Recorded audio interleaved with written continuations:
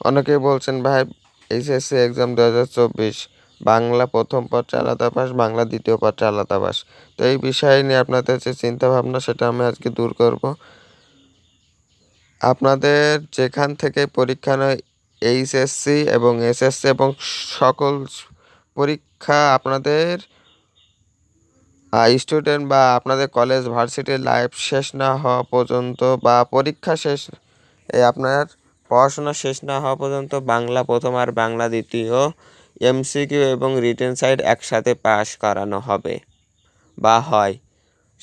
অনেক আগে থেকে এইটা চালু হয়ে এসেছে এবং বাংলা প্রথম এবং বাংলা দ্বিতীয় এমসিকিউ একসাথে না, আলাদা পাস। হ্যাঁ, একসাথে, আলাদা কোনো পাস হবে না, একসাথেই পাস, কিন্তু সর্বনিম্ন 20টি পাস, 20টা বাংলা প্রথমে 10টা পেতে হবে, ইংরেজি দ্বিতীয় 10টা পাস পেতে হবে, 10 পেতে হবে, মোট 20টা পেতে হবে।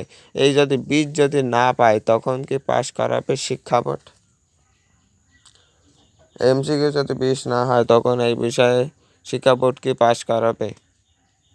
তো আমি একটা কথাই বলবো, আমি যখন আমার একটা ঘটনা আছে, এই ঘটনাটি শুনবেন। আমি যখন এইচএসসি পরীক্ষা দিয়েছি তখন আমি এসএসসি পরীক্ষা দিয়েছি তখন আমি গণিত সাবজেক্টে পরীক্ষা দিয়ে আসার পরে বাসায় এসে মিলিয়ে আমার 8টি ঠিক হয়েছিল এবং যখন এসএসসি রেজাল্টটা পেলাম তখন আমার 17টি ঠিক হয়েছিল। এই কথাটা যারা আমার একদম ইউটিউব চ্যানেল আমি যখন শুরু করেছিলাম তখন থেকে যারা দেখে আসছে বা তারা খুবই জানে, এবং আপনারা যারা নতুন ভিডিওটা দেখবেন তারা এখন জানবেন আশা করি। তো বিভিন্ন সোশ্যাল মিডিয়াতে যে এমসিকিউগুলো পায় সেগুলো 100% থেকে 50% কারেক্ট হতেও পারে, নাও পারে। 50% কারেক্টও না, কারণ সঠিক ভুলভাল আপনারা দাগায় আবার হতাশায় পড়ে যাচ্ছেন।